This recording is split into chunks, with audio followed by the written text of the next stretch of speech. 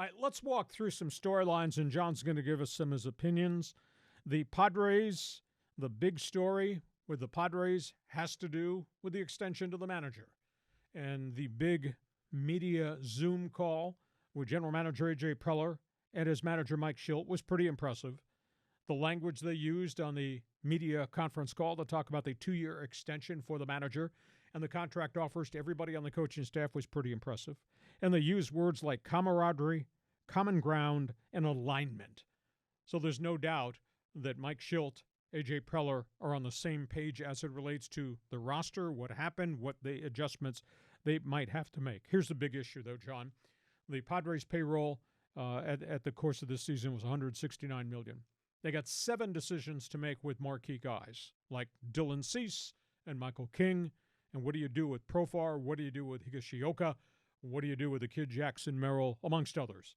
If they were to keep all 7 whose contracts are up and deserve pay raises, payroll would bust to north of $205 million. I'm not sure that ownership wants that. There will be a meeting. I'm led to believe the meeting is going to be on Monday between A.J. Preller coming off the GM meetings and ownership group led by Eric Otsnida and Eric Grupner, and they will talk about what the budget should be. I think the budget is going to stay at 165 to 169, and if that's the case, then they can't keep the Juriks and Profars of the world. There's going to be some guys who are going to vacate here. Your thoughts, your reaction to where Padre baseball is, and how about everybody being on the same page as it relates to the extension to the manager and the offers to all the coaches, and now the decisions that are going to have to be made, budget, and which of the 7 do you keep versus let somebody go? Well, good on them for recognizing that Shildt is a long-term dude. What is it, a 3-year deal? 2-year plus the one that's left that takes them through 2027. Right on. Okay, well, it's well-deserved. And I remember in the very beginning when Ron Fowler took over the ownership, they wanted to have consistency. They wanted to have stability, like the Pittsburgh Steelers with the general manager and the head coach all being aligned. So maybe they have it now. If I'm looking at that roster, I'm saying keep the pitchers. Give Michael King what he needs. Give Dylan Cease what he needs. Profar, I think you've got to let him go. What do you do with Arraez? Arraez, I originally thought the right thing to do was to keep him as your number 1 or number 2 hitter. But now, the more I'm thinking about it, the more I'm wondering, really, is he going to be a casualty when it comes to the math on this thing? One-trick pony. You're going to pay a one-trick pony who just hits, doesn't run the bases, doesn't have a defensive position. Do you pay a one-trick pony $14.6 million?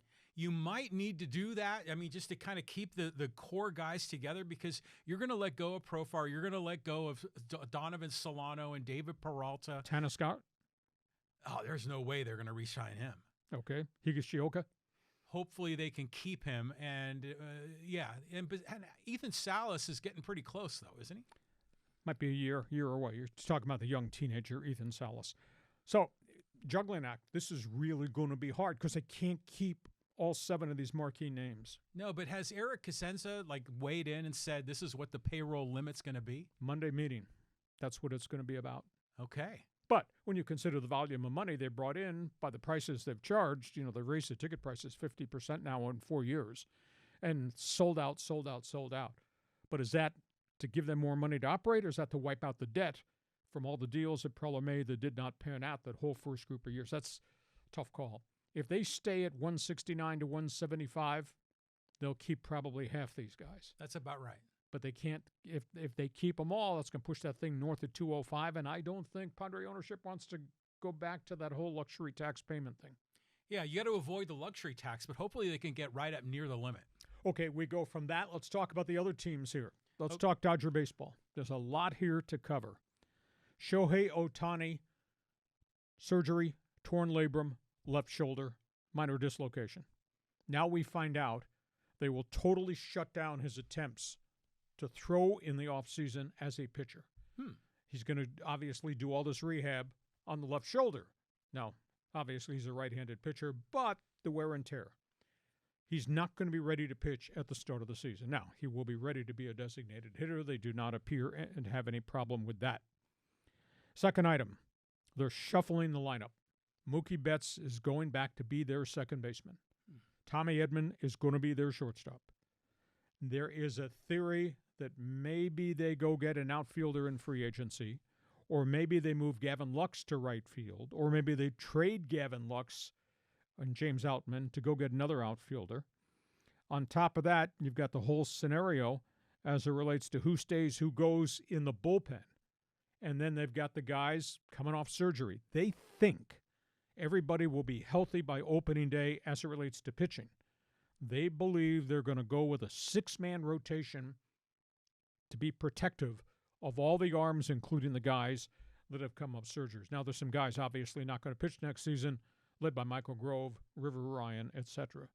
But that being said, that looks like a pretty complete team. Looks as if they're going to keep that team intact. They're just going to rearrange some positions, and Ohtani will not be part of the pitching staff. And John Riley says, didn't Ohtani take some bullpen, about a month ago or so? He was doing bullpens up until the point that he got hurt in the playoffs. So this is just overly cautionary, right? I mean, he can't do range of motion and everything that would take for bullpens in this offseason. Oh, it's that bad of an injury. Well, it's a labrum injury. It takes 3 months to recover. Oh.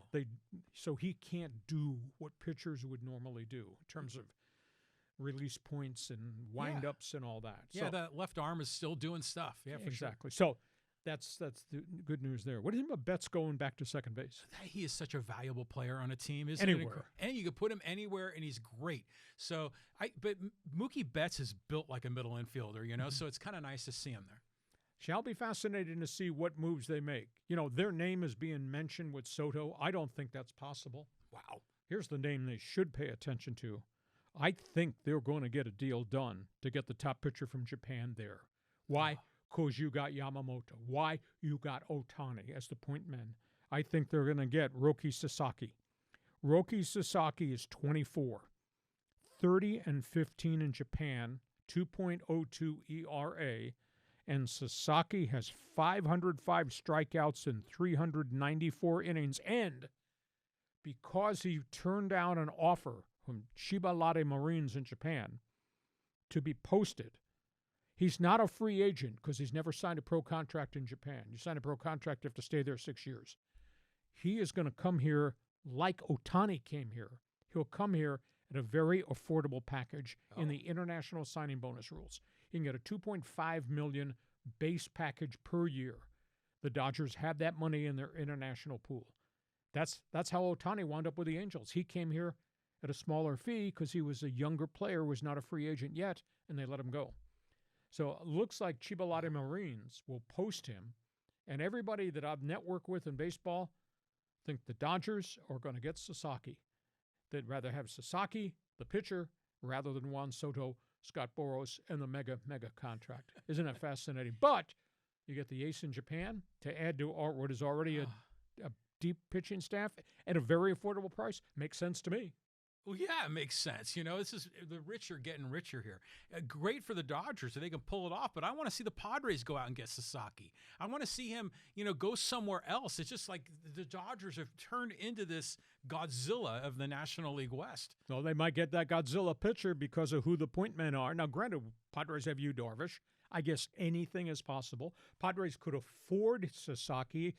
The max dollar value is $2.5 million, but only time will tell. Third team we're talking about. Let's cover Angel baseball. I like this signing. Now, it kind of came out of nowhere.